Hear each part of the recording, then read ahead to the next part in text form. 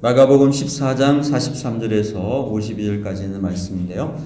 본문의 말씀을 다 함께 한 목소리로 봉독하겠습니다. 이 말씀 봉독할 때에 주의 거룩한 음성 들으실 수 있게 되기를 바랍니다. 함께 봉독합니다. 예수께서 말씀하실 때에 곧 12 중에 하나인 유다가 왔는데 대제사장들과 서기관들과 장로들에게서 파송된 무리가 검과 몽치를 가지고 그와 함께 하였더라. 예수를 파는 자가 이미 그들과 분노를 짜이르되 내가 입맞추는 자가 그이니 그를 잡아 단단히 끌어가라 했는지라. 이에 와서 곧 예수께 나와 랍비어하고 입을 맞추니 그들이 예수께 손을 대어 잡거늘 곁에 서 있는 자 중에 한 사람이 칼을 빼어 대제사장의 종을 쳐 그 귀를 떨어뜨리니라. 예수께서 무리에게 말씀하여 이르시되 너희가 강도를 잡는 것 같이 검과 몽치를 가지고 나를 잡으려 나왔느냐. 내가 날마다 너희와 함께 성전에 있으면서 가르쳤으되 너희가 나를 잡지 아니하였다. 그러나 이는 성경을 이루려 함이니라 하시더라. 지자들이 다 예수를 버리고 도망하니라. 한 청년이 벗은 몸에 베옷 이불을 두르고 예수를 따라가다가 무리에게 잡힘에 베옷 이불을 버리고 벗은 몸으로 도망하니라. 아멘. 우리 함께 기도하고 주의 말씀 함께 나누겠습니다. 주님 감사합니다. 오늘도 귀한 주일, 복된 주일, 부활의 주일을 저에게 주시고 주님 앞에 나와 예배함으로 주의 얼굴을 배웁게 하시니 감사합니다. 성령님께서 이 시간 우리 한 사람 한 사람에게 좌정하셔서 다스려 주시고 우리의 마음속에 어둠과 또 피곤함과 무거운 짐들 이 시간 다 십자가 밑에 내려놓을 수 있는 거룩한 용기를 주시고 주님이 주시는 힘과 성령 충만함으로 우리가 살아가는 세상 속에 담대하게 나아가 승리할 수 있도록 이 시간을 통하여 역사해 주시기를 원합니다. 주님 이 시간 우리 모두가 주의 상에 둘러앉았사오니 주님의 떡을 주시고 주님의 잔을 우리에게 하셔서 우리가 그 떡을 먹고 잔을 마심으로 주와 하나 되며 더 나아가 주님의 뜻대로 우리가 이 땅 가운데 그 뜻을 실현하고 살아갈 수 있는 하나님의 자녀들로 삼아 주옵소서. 예수 그리스도의 이름으로 간절히 기도하옵나이다. 아멘. 오늘 예배하러 나신 여러분들 모두를 주의 이름으로 축복하고 환영합니다. 우리 한 주 동안 세상에서 많이 지치고 피곤하고 힘드셨죠. 낙심하는 일도 있었을 것이고요. 또 수고하고 무거운 짐 때문에 피곤할 때도 많이 있었을 것입니다. 외롭고 고독한 시간들도 있었을 것입니다. 오늘 예배를 통해서 여러분들에게 주님께서 쉼을 주시고 은혜를 주시고 또 충만함을 주셔서 여러분의 삶의 모든 영역에서 다시금 회복되고 새롭게 되는 귀한 시간 되어지기를 주님의 이름으로 축복합니다. 우리 옆에 계신 분들하고 그런 마음으로 서로 인사하며 축복합시다. 주 안에서 당신은 할 수 있습니다. 한번 인사하시기 바랍니다.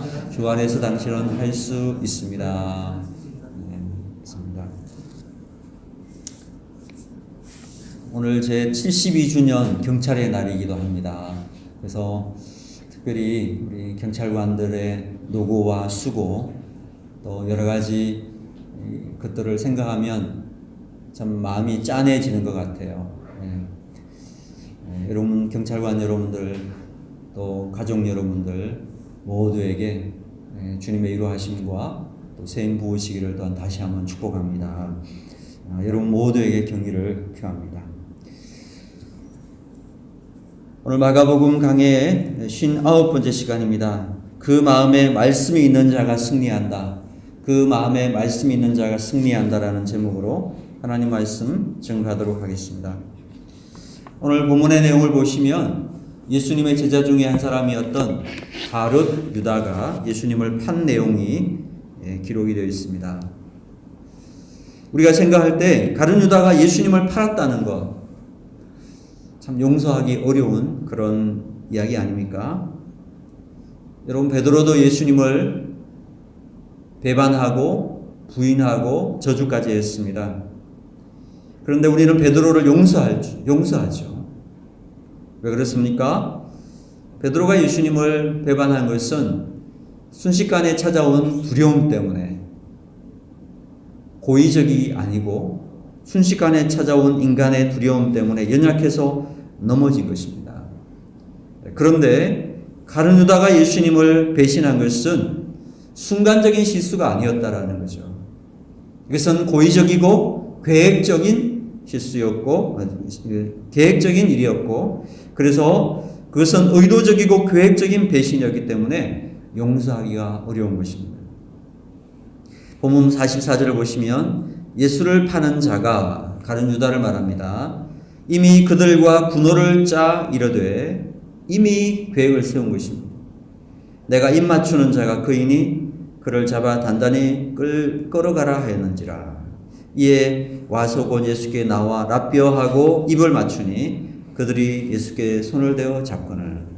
이미 그들과 군호를 짰고 계획적이고 고의적으로 예수님을 팔았다, 배반했다 라는 것입니다.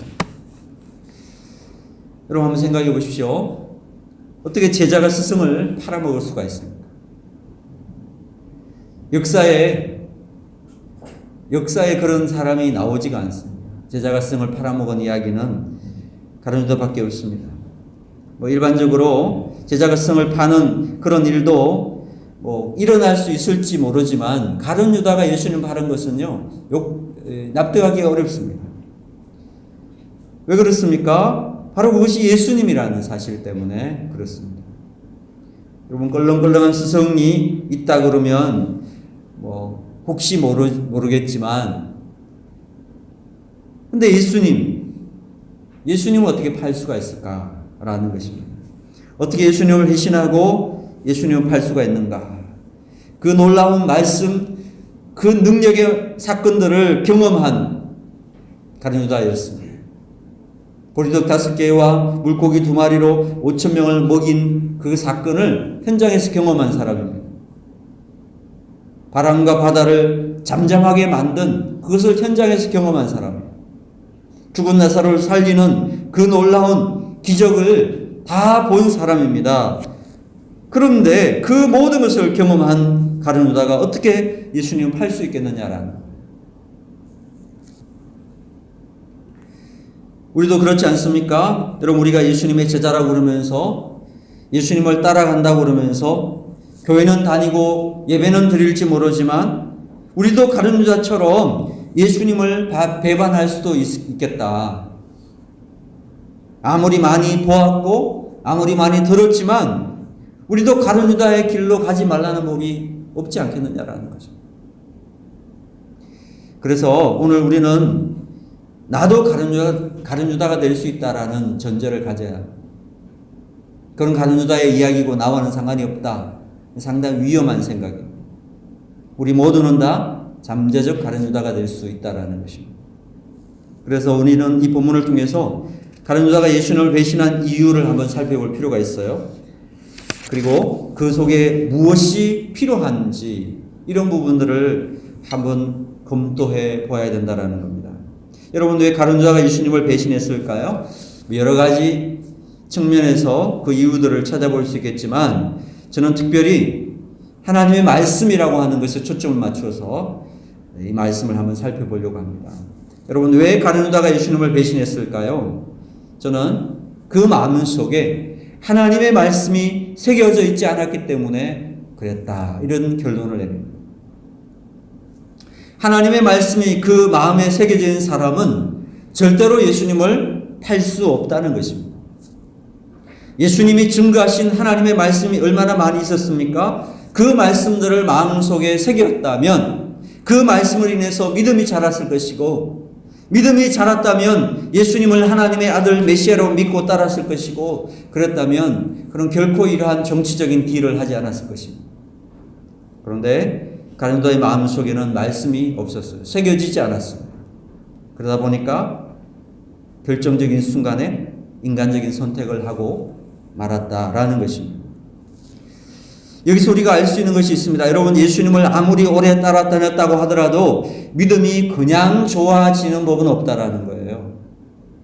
내가 신앙생활을 얼마나 오랫동안 했는데, 내가 태어나면서부터 모태신앙인데, 이러한 사실들이 우리의 믿음을 자연스럽게 성숙시켜주는 것은 아니라는 거예요. 물론 전혀 예수님과 상관없이 사는 것보다는 도움이 될 수는 있으나 그러나 여러분, 우리가 아무리 많은 말씀을 듣고 보고 했다 하더라도요, 그 자체가 내 믿음을 보증해 주는 것은 아닌 것입니다. 가룟유다를 보면 그렇잖아요. 그렇게 3년 동안 따라다녔는데 결국은 예수님을 팔아버리죠. 여러분, 인간은 참 악한 존재입니다. 성경은 우리가 악한 이유가 아담의 죄성을 물려받아서 그렇대요. 태어날부터 우리는 죄성을 가지고 태어납니다. 이것을 원죄라고 그럽니다. 원죄. 태어날 때부터 우리는 죄인이라는 겁니다. 죄를 지어서 죄인이기도 하지만, 그러나 왜 죄를 짓는가 봤더니 죄인이기 때문에 죄를 짓는다라는 것이 성경의 결론입니다. 우리 안에는 죄가 있습니다. 시편 51편 10절에 보니까 내가 죄악 중에 출생하였으며 모친이 죄 중에 나를 잉태하였나이다. 우리는 태어날 때부터 죄인으로 태어난다는 것입니다. 그래서 어떤 분이 이런 이야기를 했어요. 우리가 아이들을 아가라고 부르잖아요. 아가. 근데 이것이 악을 부르는 거래요. 그런데 연인 법칙에 의해서 아가가 되었대요. 믿을 만한 것은 못 됩니다. 근데 어떤 분이 그렇게 이야기해요. 설명하기로. 근데 가슴에는 와닿는 이야기예요. 어릴 적부터 우리는 태어날 때부터 악을 가지고 태어나는 아라는 거죠. 여러분, 아이들을 보더라도 그렇죠? 아이를 키워보시면 알지만 부모가 무슨 나쁜 짓을 하라고 가르친 적이 있습니까? 부모가 절대로 그렇게 가르친 적이 없는데 나쁜 짓을 해요. 생득적인 것 같아요. 그렇게 하라고 가르친 적이 없는 자연스럽게 그렇게 해요. 거짓말을 하고 악을 행하고 죄를 짓는 그런 모습을 봅니다. 그래서 이게 우리가 죄인으로 태어나서 죄를 짓는구나 라는 것을 아이들을 키워보면서 알겠더라고요.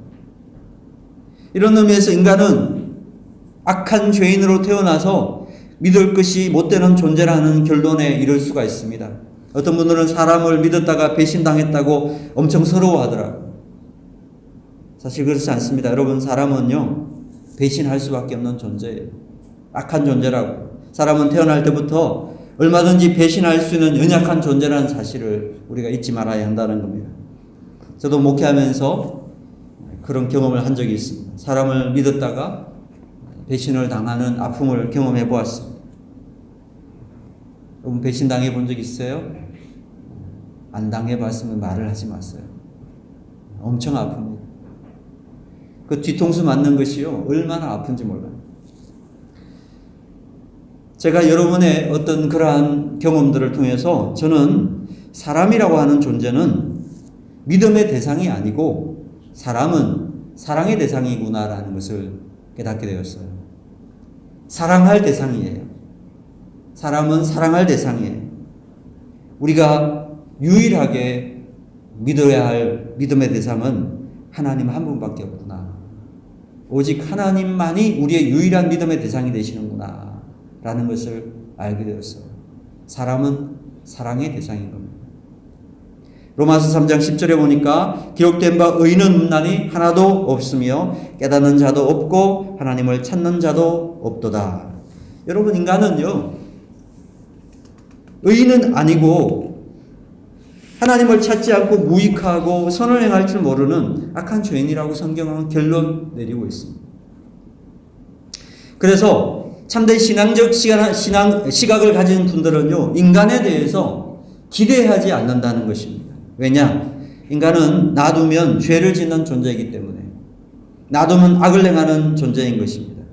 그래서 여러분, 어떤 사람에게 배신당하고 어떤 사람에게 어떤 어려움을 당하고 나서 내 그럴 줄 몰라서 이렇게 이야기하지 마시기 바랍니다. 그럴 줄 알아야 됩니다. 사람은 원래 그런 존재라는 것을 여러분 알고 있어야 된다는 거죠. 그러므로 인간 자체로는 소망이 없는 것입니다. 성경의 결론은 그거예요. 인간은 스스로 소망이 없다. 인간은 스스로 구원할 수 없다. 인간은 자기 자신을 구원할 수 있는 길이 없는 것입니다. 이미 죄로 물들어 버린 거예요. 죄로 물들어 버린 인간이 자기 스스로 살아날 수가 없어요. 여러분, 물에 빠진 사람이 수영을 못하는데 살아나기 위해서 자기 머리채를 잡아당긴다고 살아날 수 있습니까? 불가능한 것입니다. 그래서 하나님께서 이런 인간을 그래도 사랑하시고 인간에게 구원의 길, 인간이 살아날 수 있는 길을 열어주셨는데 그 길이 뭐냐? 바로 하나님의 말씀을 주신 것입니다. 말씀의 법을 주셔서 인간으로 하여금 그 말씀 붙잡고 일어날 수 있고 그 말씀 붙잡고 살아갈 수 있도록 길을 열어주셨다. 이것이 하나님의 구원의 길이라는 것입니다. 여러분, 사람들은 악하기 때문에 나라를 이루고 사회 공동체를 이루기 위해서 반드시 있어야 되는 것이 법입니다. 법이 없이는 인간을 살 수가 없습니다. 오늘도 우리가 법이라는 것이기 때문에 이 국가와 이 사회 속에 그래도 두려움 없이 살 수 있는 것입니다. 그런데 그 세상의 법은 한계가 있습니다. 법망을 얼마든지 피할 수가 있는 거예요. 그래서 여러분, 영화 같은 데 보면 그 법망을 피해가지고 교묘하게 죄를 짓고 다른 사람들을 피해를 주는 그러한 사건들을 보죠. 어떤 영화에 보니까요, 변호사를 가리켜서 이렇게 말하더라고요. 법망을 피하게 도와주는 사람, 법을 잘 아니까 그 법망을 피할 수 있도록 도와주는 사람이라는 표현을 하는 것을 보았어요. 여러분, 변호사 그러면 정의를 세우는 사람, 억울한 사람을 도와주는 그런 사람으로 우리가 생각합니다. 대부분의 변호사들이 그렇죠. 그런데 인간이 악하기 때문에 이 악한 일에 쓰임받기 시작하면 변호사들은 결국은 그 법을 교묘하게 피하게 만들어주는 일을 하는 사람이 될 수밖에 없다는 거죠. 그죠? 또 양심을 믿는 사람들도 있습니다. 그래도 인간의 양심은 그렇지 않지 않느냐? 물론 양심의 선한 부분도 있습니다. 양심이 찔린다는 말도 있습니다. 그런데 이 양심도 무뎌질 수가 있습니다. 여러분, 물건 훔치는 사람도 있죠. 그런 훔치는 사람들이 처음부터 그렇게 훔쳤느냐? 아닙니다. 처음에 훔쳤으면 양심이 찔립니다. 근데 그 양심의 찔림을 거부하고 계속 또 훔치고 하니까 반복이 되면요, 어느 순간 양심의 찔림, 가책은 없어지고요, 그때부터 그 재미를 느끼기 시작한다는 거예요. 스릴의 재미를 느끼기 시작한다는 거예요. 사람을 죽이는 것도요, 한 사람 죽였을 때는 양심의 가책을 받는데 몇 명 죽이다 보면 그런 생각이 전혀 없어지고 결국 양심이 없어져 버린 사람, 사이코패스가 되는 거예요. 이것이 인간의 양심이라는 것입니다. 그러므로 우리가 이 땅에 살아가는 동안에 인간의 법과 인간의 양심으로는 이 죄와 악의 문제를 해결할 수는 없는 겁니다. 결국 인간 스스로에게는 구원이 있을 수 없고 소망이 없다라는 것입니다. 그러므로 하나님께서는 이런 인간들에게 질서를 주시고 인간다운 삶을 살게 하기 위해서 하나님이 주신 방법이 있는데 그게 하나님의 말씀을 우리에게 주신 거라는 거예요. 그러므로 여러분, 성도들의 믿음이라는 것이 어디 있느냐? 우리가 얼마나 하나님의 말씀을 그 마음에 새길 수가 있느냐? 말씀을 그 마음에 두느냐? 그것이 우리 성도들의 믿음을 가늠하게 되는 겁니다. 가룟 유다의 문제가 무엇입니까? 그는 예수님을 따라다녔습니다. 예수님 말씀을 다 들었습니다. 그렇지만 그 말씀을 마음에 두지 않았어요. 들은 말씀을 다 그냥 흘려보내버렸어요. 본 사건들을 그냥 다 흘려보냈어요. 그 어느 하나 하나님의 말씀이, 영적인 교훈들이 그 마음속에 남아있지 않았습니다. 그러니까 결정적인 순간에 예수님을 팔아먹은 것입니다. 우리도 마찬가지입니다. 그 마음에 하나님의 법이 없는 사람은 언젠가는 무너질 수밖에 없다는 사실을 기억하십시오.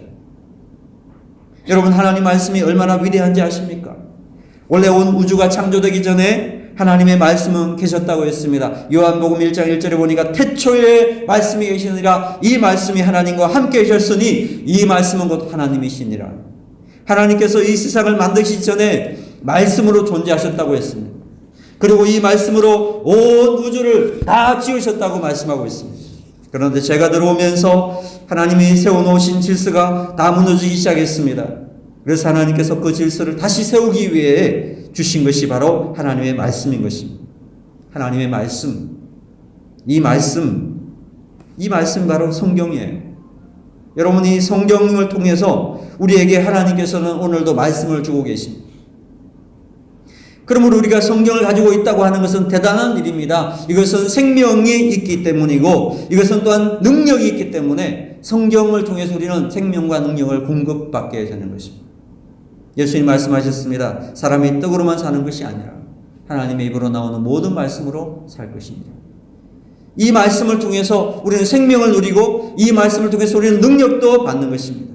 우리 마음속에 두려움이 있습니다. 의심이 있습니다. 어떻게 이길 수 있습니까? 하나님의 말씀이 들어가면 그 말씀의 능력이, 그 말씀의 생명이 이러한 어두움과 의심을 다 떨쳐버린다는 것입니다. 그래서 말씀이 들어오는 순간에 우리 안에 있는 어두움이 떠나가는 겁니다. 왜? 말씀은 곧 빛이 되시기 때문에 그렇습니다. 그래서 성경은 오늘 우리에게 주신 놀라운 이 말씀에 의해서 우리를 살리는 말씀, 우리의 능력이 되는 말씀이라고 말씀하고 있고요. 이 성경은 그래서 말씀은 살아있는 하나님의 검과 같은 것이라고 말씀하고 있습니다. 성경은 또한 유대인들의 유익에 대해서 이런 말씀합니다. 로마서 3장 2절을 보니까 범사에 많으니 저희가 하나님 말씀을 맡았습니다. 여러분, 유대인들의 축복이 뭐냐 하면 하나님의 말씀을 맡은 거래요. 하나님 말씀을 맡은 것. 하나님 백성들의 복이 무엇입니까? 하나님 말씀을 맡은 거예요. 이 생명의 말씀을 우리가 맡고 있기 때문에 우리가 얼마나 복된 사람인가라는 거예요. 그런데 우리가 이렇게 성경책을 들고 있고 유대인들이 하나님의 말씀을 맡은 것처럼 우리에게 주신 이 성경의 말씀을 우리가 가지고 있다고 하더라도 이 말씀을 들고만 있어가지고는 아무런 유익이 없습니다. 기록된 하나님의 말씀이 우리 가운데 능력으로 나타나게 하기 위해서는 이 말씀이 우리의 마음판에 새겨지는 일이 있어야 된다는 거죠.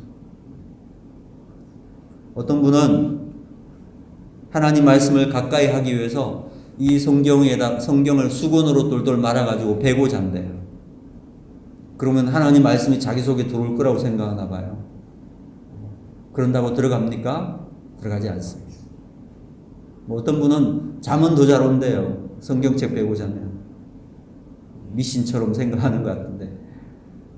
저는 그렇게 해봤는데 머리만 아프더라고, 딱딱하고. 잠은 오지 않는데 이 말씀이, 이 기록된 성경의 말씀이 능력 있게 역사하려면, 생명력 있게 역사하려면 어떻게 해야 됩니까? 이것이 우리 마음판에 새겨져야 돼요. 마음판에 새겨져야 돼요. 마음속에 기록된 법으로 저장이 되어야 된다는 겁니다. 사도 바울이 뭐라고 말씀합니까? 하나님의 말씀이 그냥 돌비에 이렇게 외부적으로 여러분 집에 성경을 가득 성경으로 여러분 집을 만들다 하더라도 소용이 없어요. 그런 돌비에 새겨져서는 아무런 의미가 없고 우리의 마음에, 마음판에, 심비에, 마음 심자 비석비자, 마음의 비석에다가 이 말씀이 새겨져야 된다고 말씀하고 있어요. 그럴 때 그 말씀이 우리에게 생명이 되고 우리에게 능력이 되어서 우리가 이 땅 살아가는 동안에 때로 두려움이 있고 의심이 있고 예수님에 대해서 회의가 들고 연약하고 넘어질 때에 그 말씀이 놀라운 역사를 일으킬 수가 있다고 말씀하고 있습니다. 바로 이러한 말씀을 계시받은 자가 선지자 예레미야였습니다. 여러분, 예레미야서 31장 33절에 보면 그러나 그날 후에 내가 이스라엘 집과 맺을 언약은 이러하니 곧 내가 나의 법을 그들의 속에 두며 그들의 마음에 기록하여 나는 그들의 하나님이 되고 그들은 내 백성이 될 것이니라. 여호와의 말씀이니라. 하나님의 법을 어디다가 둔다고 했느냐? 마음에 둔다는 거예요. 마음에. 마음에 하나님의 법을 두겠다는 겁니다. 여러분, 오늘 우리가 살아가는 이 시대, 예레미야는 이야기한 겁니다. 구약시대 사람들은 돌 위에 새겨져 있고 율법의 가죽책에 쓴 그러한 말씀들을 가지고 살았다면 오늘 예수님 이 성령의 시대, 오늘 신약의 시대를 살아가는 우리들은요, 그러한 것을 가지고 사는 게 아니라는 거예요. 성경을 들고 있기 때문에 그것이 내 책이 되는 게 아니라는 거예요. 하나님의 말씀을 우리의 마음에 새겨야 된다는 거예요. 우리의 마음에 하나님의 말씀이 들어와 있어야 된다는 거예요. 그럴 때 그 말씀이 능력 있고 생명 있게 역사할 수 있다. 할렐루야. 여러분의 마음 속에 이 말씀이 새겨져야 된다. 시편 37절에 보면 악한 사람이 잘 되는 것에 대한 해석이 나와요. 여러분, 우리가 가장 많은 질문이 이거죠. 왜 예수 안 믿는 악한 사람들, 범죄한 사람들이 잘 됩니까? 형통합니까? 그런 질문이 있죠. 악한 사람들이 잘 살고 불법을 행하는 사람들이 잘 되는 것을 보면 우리가 힘들죠. 거기에 대한 대답이 시편 37편에 나오는 겁니다. 시편 37편 1절 보니까 악을 행하는 자들 때문에 불평하지 말며 불의를 행하는 자들을 시기하지 말지어다. 이 악한 자들의 형통함을 보면서 불평하거나 시기하지 말라고 말씀하셨어요. 시간이 지나면 하나님께서 다 갚으실 것이라고 말씀하시면서 29절 이하에서 의인에 대한 정의를 내리고 계십니다. 시편 37편 29절에 보니까 의인이 땅을 차지하며 거기서 영원히 살리로다. 의인의 입은 지혜로우며 그의 혀는 정의를 말하며 그 마음에는 하나님의 법이 있으니 그의 걸음은 실족함이 없으리로다. 결국은 악한 사람 때문에 너무 잘 되는 것 때문에 슬퍼하고 낙심하지 말라는 거예요. 의인이 마지막에 승리한다는 거예요. 마침내 의인이 이 모든 것을 차지한다는 거예요. 그러면서 그 의인이라는 사람들이 누구냐? 성경은 말합니다. 그 마음에 하나님의 법이 있는 사람이 의인이다. 그 마음에 하나님의 법이 새겨져 있는 사람, 그 마음에 말씀이 있는 자가 의인이고, 그러한 사람들이 굳건하게 서서 마침내 모든 것을 승리할 수 있다. 그렇게 말씀하고 있습니다. 그 걸음에 실족함이 없으리로다. 그가 걸어가는 삶에 넘어짐이 없을 것이로다. 사랑하는 여러분, 우리가 연약하고 넘어지고 의심을 가지고 두려워하지 않을 수 있는 방법이 뭐냐? 오늘 성경은 말씀합니다. 그 마음에 하나님의 법을, 하나님의 말씀이 새겨지면 된다는 거예요. 그러면 실족하지 않게 된다라는 것입니다. 자, 가룟 유다가 왜 실족했습니까? 왜 넘어졌습니까? 왜 예수님을 팔았습니까? 하나님의 법이 그 마음속에 없었다는 겁니다. 성도의 삶이 뭡니까? 하나님의 말씀을 그 마음에 두기를 힘쓰는 것, 이것이 성도의 삶의 핵심입니다. 성도의 승리의 비결이 뭡니까? 하나님의 말씀을 그 마음에 두는 것입니다. 우리가 하나님을 닮아 거룩한 삶을 살아가야 하는 방법이 무엇입니까? 그 마음에 하나님의 법을 두는 것입니다. 하나님의 말씀을 마음에 두는 사람, 그 사람이 참 승리자이고, 어떠한 의심과 어떠한 회의감과 어떠한 영적인 침체 가운데도 다 일어날 수 있는 강력한 힘이 있는 사람, 그 사람이 그 마음에 하나님의 법을 둔 사람이라는 것입니다. 시편 19편 7절 이하에 보니까 여호와의 율법은 완전하여 영혼을 수성시키고 여호와의 증거는 확실하여 우둔한 자를 지혜롭게 하며 여호와의 교훈은 정직하여 마음을 기쁘게 하며 여호와의 계명은 순결하여 눈을 밝게 하시도다. 사랑하는 여러분, 하나님 말씀은 또한 영혼을 수성시키기도 한다고 했습니다. 우리가 살아가다 보면 영적 침체를 경험할 수도 있습니다. 우울할 때도 있고 고독할 때도 있고 때로는 극단적인 생각이 들 때도 있고 좌절하고 낙심될 때가 얼마나 많은지 모릅니다. 오늘도 악한 마귀가 얼마나 우리의 영혼을 삼키려고 여러 가지 마음들을 우리에게 유혹으로 던집니다. 예수 믿는 사람들 시험이 없을 거라고요? 아니요. 악한 마귀가 더 밀 까부르듯이 우리를 까부를 때가 있어요. 그럴 때 우리가 영적 침체에 빠지게 되면 무기력증이 찾아오고 우울하게 되고 낙심하게 되고 아무런 의욕도 없어지고 이러한 상황이 들어서요, 마치 자동차로 말하면 방전된 것 같이 그런 상황이 올 때가 있어요. 자, 여러분, 아무리 영적 침체가 있고 우리의 삶에 두려움과 낙심이 온다 하더라도 오늘 주님의 말씀하십니다. 주님의 말씀이 들어가면 말씀이 그 속에 있는 영혼은 주님 말씀합니다. 하나님의 말씀이 그 영혼을 소성시킬 거라고 말씀하십니다. 하나님 말씀은 영혼을 소성시키실 것이다. 주님의 말씀은 그 영혼을 소성시키실 거라는 겁니다. 여러분, 우리에게 낙심이 찾아오고 영적 침체가 오는 것은 환경의 문제 아니라는 거예요. 하나님 말씀이 그 마음속에 새겨지지 못했고 하나님 말씀을 붙잡지 못했기 때문에 우리가 넘어진다라는 거예요. 하나님 말씀이 그 마음속에 새겨지는 사람은 새롭게 회복되고 새롭게 일어날 수 있게 된다는 겁니다. 힘이 생기고 다시금 움직이기 시작한다라는 거예요. 여러분, 우리 자동차 고장나면 움직이지 못하면 답답하죠? 근데 시동을 걸고 앞으로 나가면 힘차게 달릴 수 있지 않습니까? 영적 침체에 빠진 사람들, 자동차 고장난 사람 같아요. 배터리 방전된 사람 같아요. 어떻게 해야 되죠? 충전해야 돼요, 충전. 배터리를 교환하거나 충전을 하고 나면요, 쌩쌩 달려나갈 수가 있어요. 새롭게 회복될 수 있습니다. 우리의 삶 가운데도 보면 그런 경험들이 있어요. 가룟유다와 같이 이렇게 예수님 우리가 막 팔진 않겠지만 예수님 온전히 따라가지 못하고 넘어지는 경우, 영적 침체가 오는 경우가 있을 수가 있습니다.